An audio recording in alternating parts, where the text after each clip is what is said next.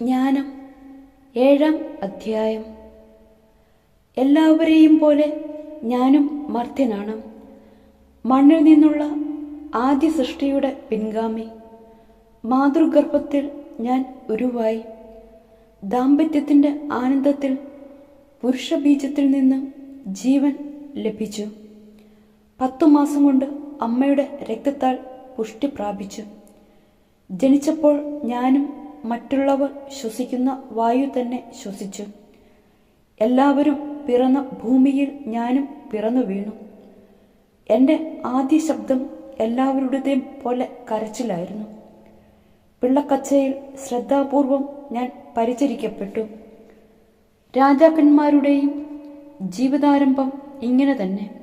എല്ലാ മനുഷ്യരും ഒന്നുപോലെയാണ് ജീവിതത്തിലേക്ക് വരുന്നത്. എല്ലാവർക്കും ജീവിത കവാടം ഒന്നു തന്നെ, കടന്നു പോകുന്നതും അങ്ങനെ തന്നെ. ഞാൻ പ്രാർത്ഥിച്ചു, എനിക്ക് വിവേകം ലഭിച്ചു. ഞാൻ ദൈവത്തെ വിളിച്ചപേക്ഷിച്ചു, ജ്ഞാന ചൈതന്യം എനിക്ക് ലഭിച്ചു. ചെങ്കോലിലും സിംഹാസനത്തിലുമധികം അവളെ ഞാൻ വിലമതിച്ചു.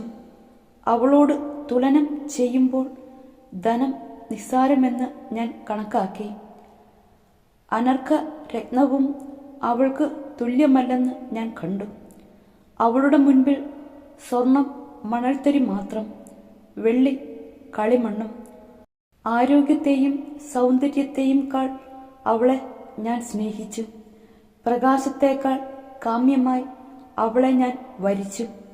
അവളുടെ കാന്തി ഒരിക്കലും ക്ഷയിക്കുകയില്ല.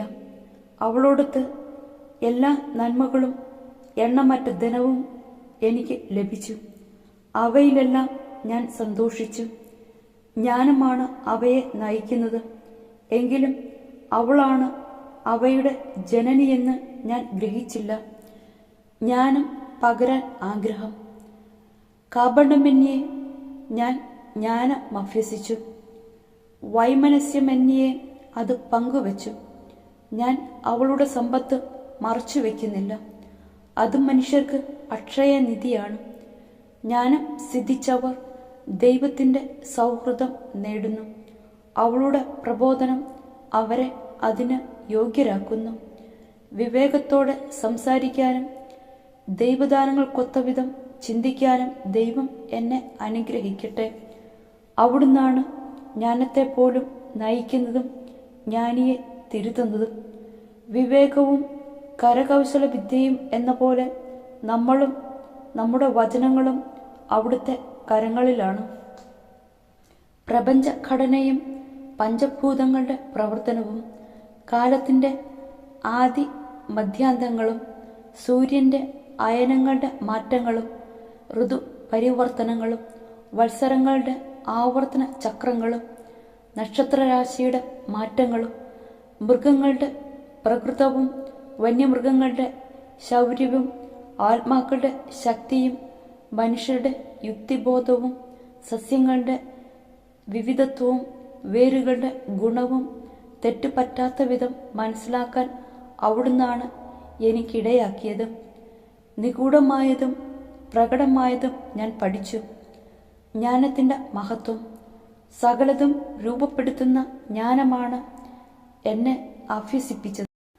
അവളുടെ ചൈതന്യം വിവേകമുള്ളതും വിശുദ്ധവും അതുല്യവും ബഹുമുഖവും സൂക്ഷ്മവും ചലനാത്മകവും സ്പഷ്ടവും നിർമ്മലവും വ്യതിരക്തവും ക്ഷതമേൽപ്പിക്കാനാവാത്തതും നന്മയെ സ്നേഹിക്കുന്നതും തീക്ഷ്ണവും അപ്രതിരോധ്യവും ഉപകാരപ്രദവും ആർദ്രവും സ്ഥിരവും ഭദ്രവും ഉത്കണ്ഠയിൽ നിന്ന് മുക്തവും സർവശക്തവും സകലത്തെയും നിയന്ത്രിക്കുന്നതും ബുദ്ധിയും നൈർമല്യവും സൂക്ഷ്മതയുമുള്ള ചേതനകളിലേക്ക് ചുഴിഞ്ഞിറങ്ങുന്നതുമാണ്.